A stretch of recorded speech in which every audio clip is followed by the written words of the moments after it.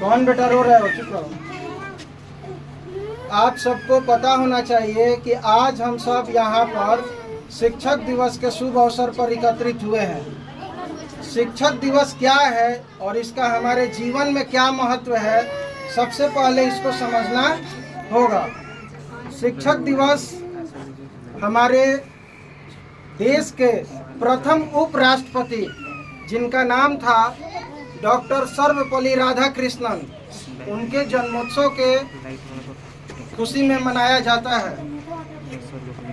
Doctor Sarvepalli Radhakrishnan Bharat के पहले उपराष्ट्रपति होने के साथ साथ भारत के दूसरे राष्ट्रपति थे।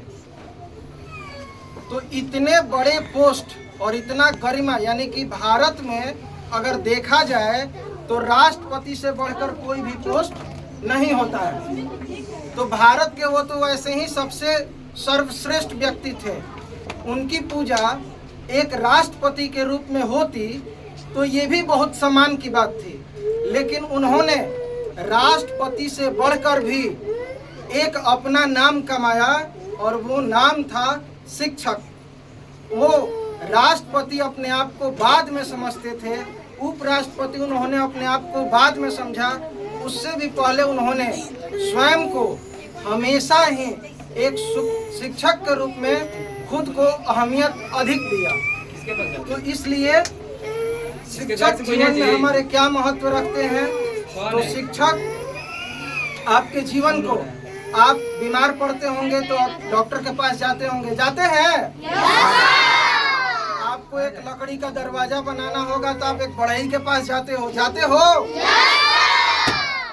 आपको कोई भी चीज खरीदना होगा तो एक किराने के दुकान पर जाते हो, जाते हो? आप जो गाड़ी चलाते हो रोड पर या पुल पर, तो उस रोड और पुल को बनाने का निर्माण एक इंजीनियर ने किया है। क्या आप इंजीनियर को जानते हैं? तो हर क्षेत्र में आपने किसी न किसी का कोई भी काम दुनिया में करवाना हो तो उसके स्पेशलिस्ट के पास हम लोग जाते हैं।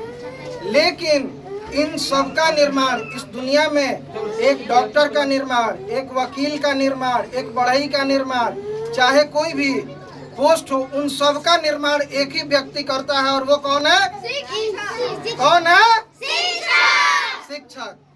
तो जीवन में इसीलिए शिक्षक का महत्व इस पूरे विश्व और इस पूरे संसार में सबसे अधिक होता है। इसीलिए कहा जाता है कि शिक्षक के गोद में ही जन्म और प्रलय दोनों का वास होता है। एक शिक्षक ही आपको एक बेहतर इंसान बना सकता है, एक शिक्षक ही आपको खराब से खराब इंसान भी बना सकता है।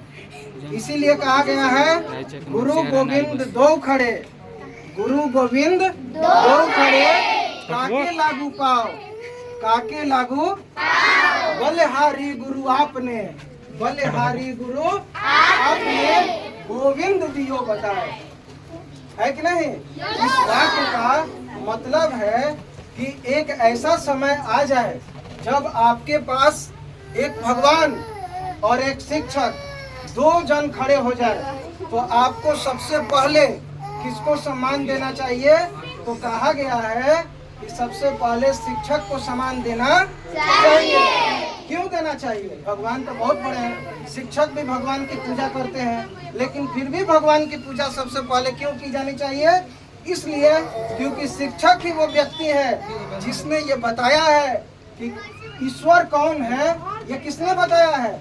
शिक्षक ने ही बताया है कि ये आपके भगवान है, आपको इनके सामने झुकनी चाहिए।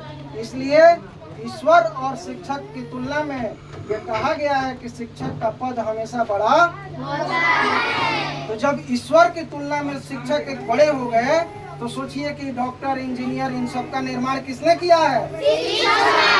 तो इसलिए आपने शिक्षकों का सदैव आदर कीजिए। आप यहाँ रहे न रहे, लेकिन आपको कहीं भी आपके पढ़ाए हुए शिक्षक किसी भी विद्यालय के किसी भी जगह के दिखते हैं, आपको जरूर उन्हें आदर भाव के नजर से देखना चाहिए। इसलिए आप सबको मेरी ओर से शिक्षक दिवस की हार्दिक शुभकामनाएं।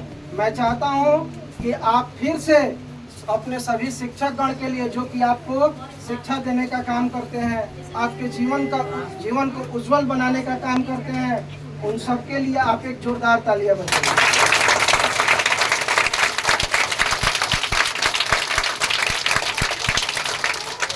और आप लोगों को मैंने समझा दिया कि शिक्षक दिवस का क्या महत्व है। मैं आप लोगों के शिक्षकों से ये निवेदन करना चाहूँगा कि हमारे बच्चों में इतनी समझदारियाँ नहीं हैं कि वो आज के समय में ये समझ पाए कि हमारे जीवन का भविष्य किसे कहते हैं। आज के समय में वो समझ पाए कि वो क्यों पढ़ रहे हैं, उन्हें आज इस बात का ज्ञान नहीं है।